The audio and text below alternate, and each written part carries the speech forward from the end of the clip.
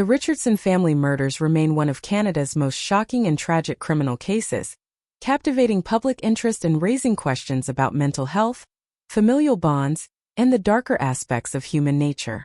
The events unfolded in January 2006 in the small community of Medicine Hat, Alberta, when a family of 4 was brutally murdered in their home, and the investigation that followed revealed disturbing details about the individuals involved. The Richardson family, consisting of 42-year-old Allan Richardson, his wife, 41-year-old Darcie, and their 2 children, 10-year-old Jasmine and 8-year-old Micaela, were considered a typical family. Their home was described as a warm and loving environment, making the subsequent murders even more shocking.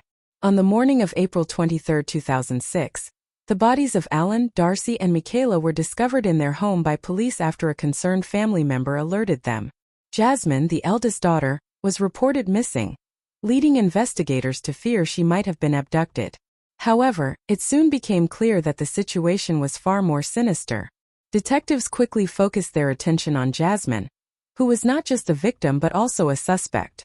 At just 12 years old, she had developed a relationship with an older boy named Jeremy Steinke, a 23-year-old man with a troubled past. The two had connected through the internet and shared an obsession with death, violence, and the darker aspects of life.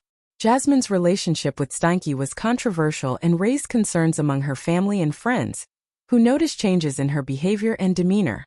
Despite her young age, she was described as increasingly rebellious and distant, leading to speculation about her mental state.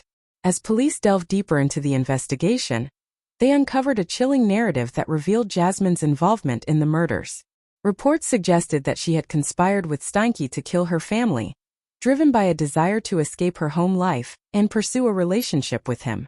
This revelation was shocking to the community, which had regarded Jasmine as a typical preteen.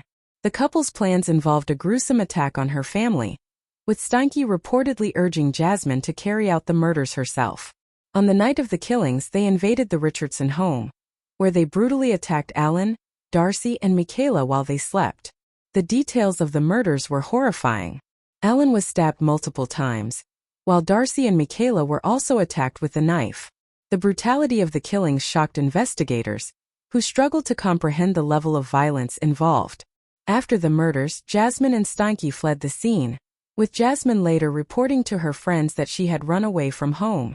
It wasn't long before police tracked down the couple. They were arrested in the days following the murders and charged with 3 counts of first-degree murder. As the trial began, the complexities of the case came to light.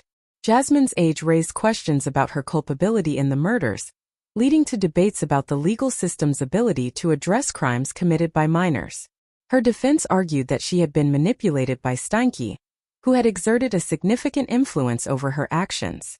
They portrayed her as a victim of abuse, suggesting that her relationship with him was not entirely consensual. This narrative stirred public sympathy for Jasmine, especially given her youth and the circumstances of the case. The prosecution portrayed Jasmine as a willing participant in the murders. They presented evidence of her communications with Steinke, including messages that indicated her desire to escape her home life and her willingness to kill her family. The prosecution argued that she was not simply a victim, but a co-conspirator who had made a conscious decision to participate in the brutal act. This perspective was particularly disturbing given her age and the implications of her actions. The trial highlighted the tension between public perceptions of youth and crime. Many in the community struggled to reconcile the image of a sweet young girl with the heinous acts she was accused of committing. The case raised broader questions about mental health and the potential influences that can lead a young person down a dark path. Mental health professionals weighed in, suggesting that Jasmine's behavior could be indicative of deeper psychological issues, possibly stemming from her relationship with Steinke and her family dynamics. In 2008, Jasmine Richardson was found guilty of 3 counts of first-degree murder and was sentenced to the maximum penalty for a youth, which was 10 years in custody. The sentence drew criticism from various corners, with some feeling that it was too lenient given the gravity of the crimes. Others argued that the focus should be on rehabilitation, rather than punishment for a young person who had been deeply influenced by a much older partner. Jasmine's case became a focal point for discussions about the criminal justice system and how it handles cases involving juveniles, especially in violent crimes. Jeremy Steinke was sentenced to life in prison with no chance of parole for 25 years. The disparities in their sentences were a source of ongoing debate, as many argued that the older Steinke should bear a greater responsibility for the crimes, given his age and the manipulation involved. Steinke's past, marked by a troubled childhood and a history of violence, also came to light during the trial, providing context for his actions and the influence he exerted over Jasmine.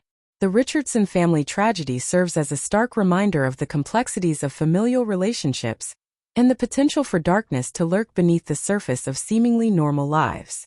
For the Richardson family, who were viewed as pillars of their community, their deaths marked an incomprehensible loss.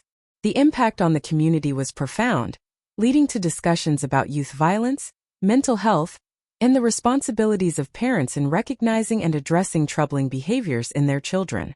In the years following the trial, Jasmine Richardson largely retreated from the public eye. Reports suggested that she had been working toward rehabilitation and a fresh start. However, the scars of her past would undoubtedly remain with her for the rest of her life. The case also raised ongoing questions about accountability, mental health, and the influence of relationships on young individuals. The Richardson family murders remain a haunting chapter in Canadian criminal history, representing the tragic intersection of youth, mental health, and violence. The story is not just about a horrific crime but also about the complexities of family dynamics, the influence of external relationships, and the struggles that young people face in a world that can sometimes feel overwhelming and chaotic.